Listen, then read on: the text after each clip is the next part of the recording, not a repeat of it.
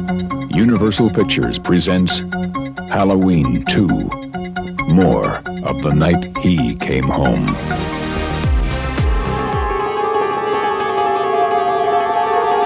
Hey everyone, welcome back to Let's Talk. I'm John and this is Matt. And today we're here to talk about the sequel to Halloween, Halloween 2, that was released in 1981, directed by Rick Rosenthal. No, not John Carpenter, even though him and Deborah Hill did write it. But before we dive into that review, if you're a fan of 4K Blu-ray reviews, movie reviews, tech reviews, game reviews, we try to do them all here on the channel. Nothing would help us out more than you liking this video and subscribing to the channel. So like I said, Halloween 2 was released in 1981, and John Carpenter didn't want to direct a sequel, and Deborah Hill also didn't want to make a sequel to this. They wanted to take the Halloween franchise in a different route. They didn't see Michael Myers being this big legendary slasher that he eventually became. They wanted to do an every year release dealing with the holidays. And that's eventually what we got with Halloween 3, and we all know how that turned out. But they did agree to write this movie, and Rick Rosenthal directed it. And Matt, what did you think of it? I don't hate sequels. I really do like this movie a lot. It's not my favorite Halloween. The only reason I have a Halloween 2 shirt is because that's the only one they had. But that I would have probably got the original over this. But it's still a cool shirt. You know, I guess that's what, in the hospital? That's in the hospital when he comes through the door. I think right before you think he gets blown up by Donald Pleasance.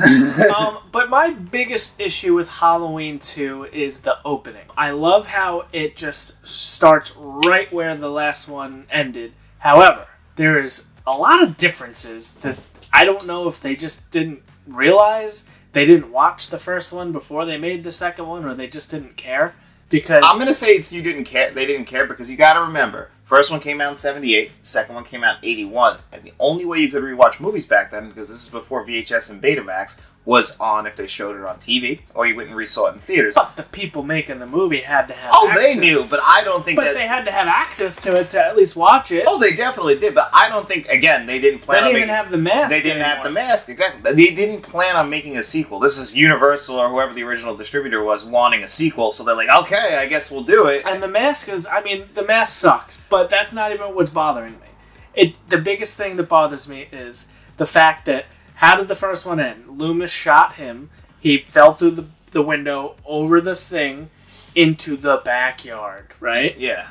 So, and if you notice, he falls onto dirt, and there's like a dead bush or something next to where he falls, and it's all dirt, not a blade of grass. In the second one, he gets shot from a whole different... Because they reshot the whole thing. I don't know why they didn't just clip the end of the first one into it. So he gets shot and comes out. It's a different looking house. Also a different score. I think it's a different house. The score is... That's fine. I don't mind that the score is different. Because that's more of the Halloween 2 theme, which is a little more Sith heavy, I would say. Right. But the fact that it's a whole new house, a different balcony, into the front yard, onto a beautiful kept green lawn. So, I don't know what happened.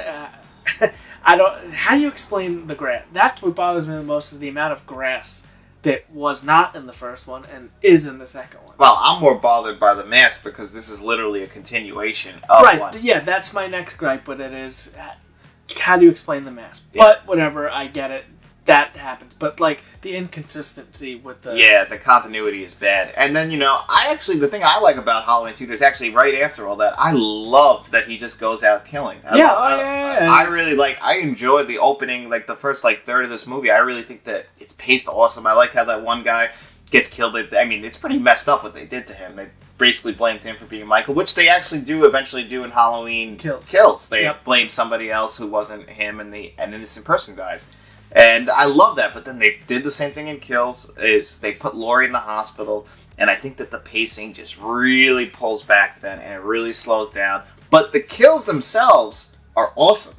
I like the hospital scenes, it had that 80s vibe. It does, and everything all look I get it, all the clothes they're wearing, all the cars they're driving. Yeah. And it's good, but it kind of just felt very formulaic, where it's he would go, okay, I'm going to kill somebody, and then it slows down for like 7 or 8 minutes till he finds the next person, then you get a really exciting kill scene, then you slow it down until we build to that big ending with Donald Pleasance, Jamie Lee Curtis, and Michael Myers. Which is a whole other thing, which is fine the way they ended it. Until we get to... Until you get to 4, and then turns out they were just very badly burned. I'm not dead, I'm just very, very badly burned. I built this so I know how this... You shot me!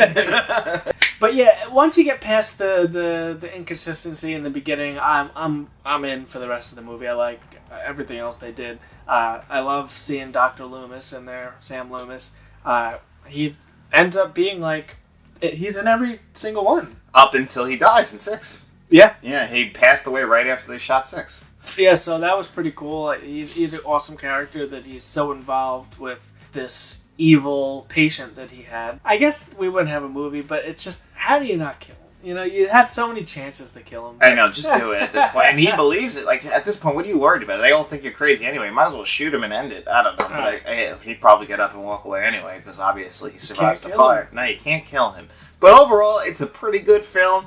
And just like with Halloween, we got a really nice 4K of it. Which, again, this is also from Scream Factory, and it's another one of those hardcovers that we've been talking about with the first Halloween and the new ones that just came out. But unlike the 6 H2O Resurrection set, you can buy this individually, so you can just buy Halloween 2. Like I just did in the Scream, in the Shocktober sale from Scream Factory. Yep. So originally, again, in our last video, we talked about the 10-disc set from Scream Factory. This has every single Halloween, including the Rob Zombie ones, up until the 2018, and Kills is not in this, obviously. Yeah, this is probably close to 10 years old now. I remember buying that in a Best Buy. I just grabbed it off the shelf.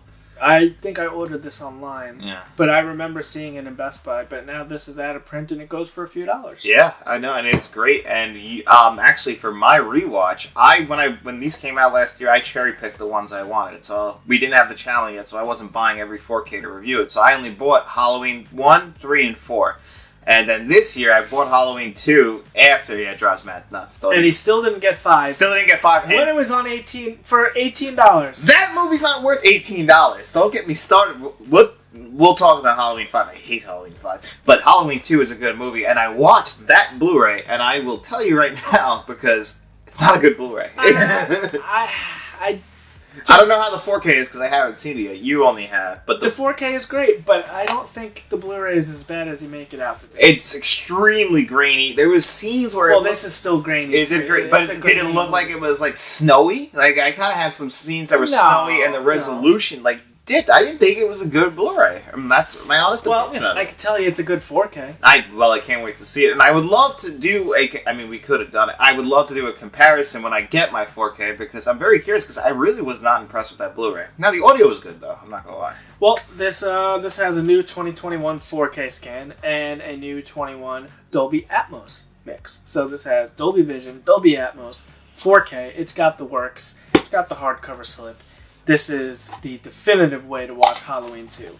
But, again... 7-year-old John thought that when he rented this from Blockbuster, he thought he was renting Halloween. And actually, really? Yeah, so I saw Halloween 2 first. You didn't notice the 2 on it? It wasn't this cover. I have to look up the DVD cover, but I remember it specifically being like white, and it would say Hall, and then it had the 2 in the middle, then Ween. So it threw me off. It was white and black, right? Yeah, maybe the LL was 2, but it threw me off. I remember I thought I rented Halloween, and I was like, wow, this is actually a good movie. And then someone's like, that's not Halloween. I was like, God damn it. And I mean, I'm 7, so I didn't say it like that. But So when you open it up, you have your 4K disc in there, and then you have your Blu-ray theatrical cut, and then you have a DVD of the television cut. So yeah, one thing about, I've seen a lot of Scream Factories do this, they just did this actually with Army of Darkness, and they've done it with their previous releases, they released a TV cut. And I love that they actually do this. I don't watch them personally, but like Matt says, it's because people want to see that cheesiness. When you cut things down for TV, you take scenes out, you add scenes, it really messes with certain lines. The big one for me is with Die Hard when he goes, Yippee-ki-yay, Mr. Falcon. I don't know how Mr. Falcon sounds like motherfucker, but, hey, I guess that's how you get away with it on TNT and TBS. I don't know, but it makes no sense to me. But, hey, if that's what you're into, I did hear that the Waterworld TV version is much better than the actual theatrical cut. Really? So when I get that Arrow release, I'll give that a watch and I'll let you guys know. Didn't Always Sunny do the yippee-ki-yay? Frank says it. Yeah, yippee-ki-yay, Mr. Falcon. Because it's the most ridiculous thing. Right? But yeah, so no, this is a good release. It's got the alternate switch cover, just like... Yeah, so this has the reversible cover also. Now, I reversed them all, and it's just the one with the leaves on the inside, so I figured since we have the hardcover with the leaves, we'll go to the theatrical original box art on there. And, yeah, I like that. I like how Scream Factory does that. Again, I wish they had a clear case where you could see both sides without having to do that. But, I mean, if it's the same thing as the hardcover, I guess it's not the end of the world. No, overall, it's a great set, and we can recommend this 4K. It's the only 4K of Halloween 2 you can get. Unlike the original where you got 2 options, this is the only option, and it's a damn good option at that. For sure. So, as we've said before, we will have the Amazon affiliate link for this in the comment section, in the description below. So if you want to buy that, click that link. It's no extra cost to you, but it really helps us. It gives us a little bit of a kickback, helps the channel out so we can keep buying 4Ks and keep bringing reviews to you. And you know what else helps us out? You liking this video, subscribing to the channel, grabbing a Halloween mask, running out in the streets, and telling all your friends. Hey everyone, thanks for sticking around to the end of the video. I hope you enjoyed me and Matt's review of Halloween 2 and its Scream Factory 4K Blu-ray release. But it's Monday and that means we have a little bit of business to clear up, and that is this week's digital code giveaway. And just like the last few weeks, there's going to be 2 codes available, so we're going to spin my magic wheel here twice, and the 2 names that it lands on, those 2 people will have their choice of the digital codes that you've seen on your screen before you. And this week we asked 2 questions. What is your favorite vampire film? And we also asked you, what team are you on? Are you on Team Werewolf and Team Vampire? And the winner actually came out. It was a little bit closer than I thought because I thought Vampire was going to run away with it. But Team Vampire did end up winning, but Team Werewolf did kind of make a comeback there at the end, so it was a little bit closer than I would have thought. I thought more people would be bigger fans of vampires. I really did underestimate werewolves, that's for sure. When I was a kid, I was actually really scared of werewolves. I remember the Goosebumps episode, Attack of the Werewolf, I think it was called, but I had the VHS and I was petrified of werewolves. And then I rewatched that episode recently and I realized, yeah, there was just something wrong with me. That episode is not scary at all. I guess just scared me as a kid. Anyway, let's spin this magic wheel and see who this week's 2 lucky winners are. Time for the first spin. Let's see who's gonna win.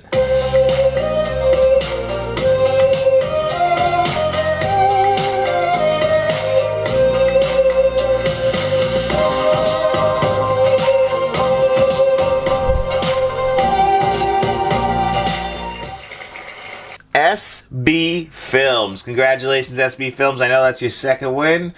Okay, we're going to remove you from the second spin, and we'll see who's going to win this one.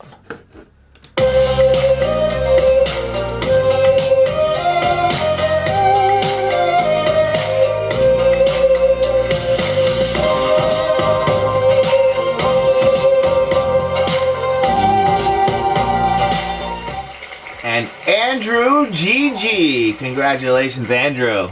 Well, there you have it. Andrew GG and SB Films are this week's 2 lucky winners of a digital code. I believe both of you have won before, so you guys know how this works. You go to either our Facebook, Instagram, or Twitter, direct message us there, or you could always email us at letstalkentmt@gmail.com. Let us know which of the digital codes you want. As long as the other winner didn't take it, that code is all yours and we'll send it right over. And for everybody else who entered into this week's digital code giveaway and didn't win, sorry about that, but come back to this Friday's video, which is going to be our reviews for the 4Ks and the films for Halloween 2018 and Halloween Kills. Going into our review for Saturday, we'll have a review of Halloween Ends Up. So this week it's all Halloween on the channel. We have reviews right now out for Halloween, Halloween 2, and later in the week, I believe tomorrow, we'll have reviews for Halloween 4 and 5 and their 4Ks. And then for the rest of the week, we'll have a few other 4K Blu-ray reviews in there for everybody who's interested in new 4K reviews. We have reviews coming for Bill and Ted's Excellent Adventure coming out. And we're also going to have the new Criterion Lost Highway, directed by David Lynch. That's coming to the Criterion Collection this week. I can't wait to get my hands on that.